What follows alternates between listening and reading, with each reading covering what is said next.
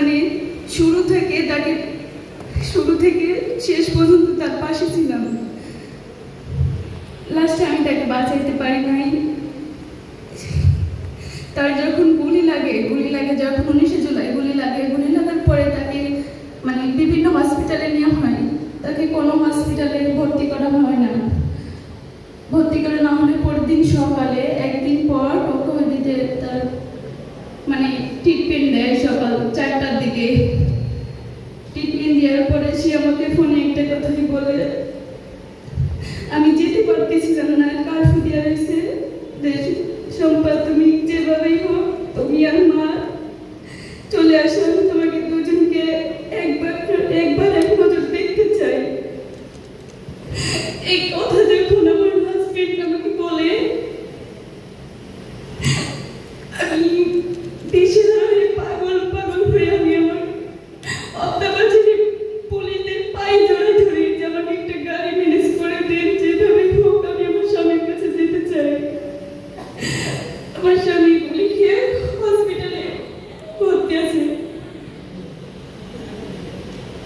পরের দিন একটা গাড়ি ম্যানেজ হলে প্রবাসীর গাড়িতে তারা প্রবাসে যাচ্ছে, তার গাড়িতে আমি আমার শাশুড়িকে আমার কোলের উপর বসিয়ে সামনের সিটে, তাই তখন আমি আমার হাজবেন্ডের কাছে পৌঁছে যে দেখি সে নিথর অবস্থায় পড়ে আছে বেডে। সব কথাই মানে আর এই কথাগুলো বলতে গেলে মনে হয় যে বুকের মানে কি বলবো, আর বলার ভাষা থাকে না। এই যে 5 আগস্ট এই দিনে তাকে আমি বক্ষব্যাধি হসপিটাল থেকে বাসায় নিয়ে যাই, সেই দিন তো ফিরে আসলো, আমার স্বামী তো আর ফিরে আসেনি। আমি আমার স্বামীকে নিয়ে এই দিনে বাসায় ফিরে গেছিলাম, তবুও তার বুকের ভেতর গুলি ছিল। আমার স্বামী বৃদ্ধ, আমার স্বামী যদি পঙ্গু হয়েও আমার কাছে থাকতো তবু তো মনে সান্ত্বনা দেওয়া যেত। আমার স্বামীকে ভালো ট্রিটমেন্ট দেওয়া হয়নি, সিএমএস এ ভর্তি করা হয়েছিল ঠিকই, তার ট্রিটমেন্টের জন্য দরকার ছিল ব্লাড বাইপাস করার, কিন্তু আমার মনে হয় সিএমএস এ সেই সময় কোনো ব্লাড বাইপাসের কোনো ডক্টর ছিল না, কারণ আমি সমস্ত কাগজপত্র নিয়ে আমার হাজবেন্ডের রিপোর্টগুলো আমি করাইছি, আমি এগুলা কাগজগুলো রেডি করছিলাম। ওইখানে কোনো ব্লাড বাইপাস করার ডক্টর পাইনি। যখন তারা নিয়ে গেছে সকাল 10টা বাজে, নিয়ে যাওয়ার কথা ছিল 7টা বাজে, আমাদেরকে দুপুরে জানায় যে তার ব্লাড লাগবে।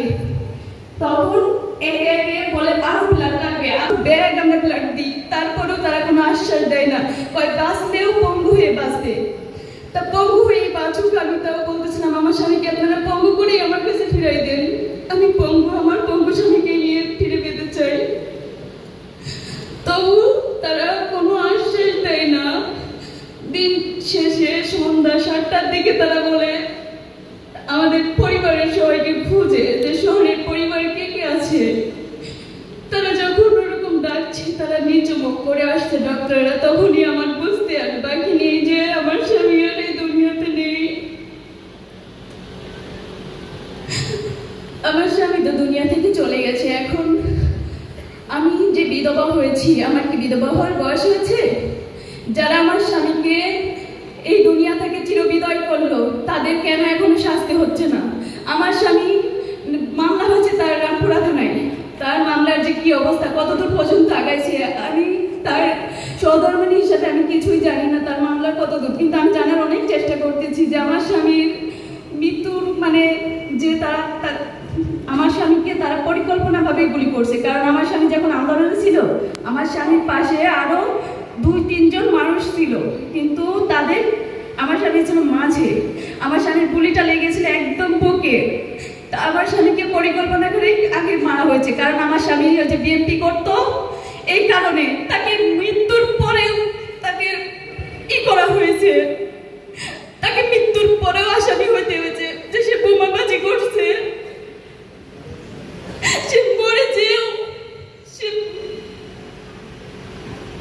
আসামি হয়ে গেছে, কিন্তু তার যে বিচারের সে বিচার এখনো হলো না।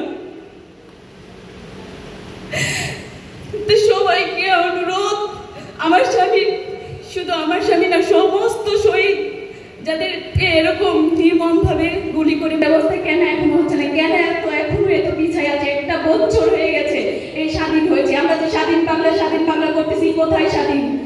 কোথায়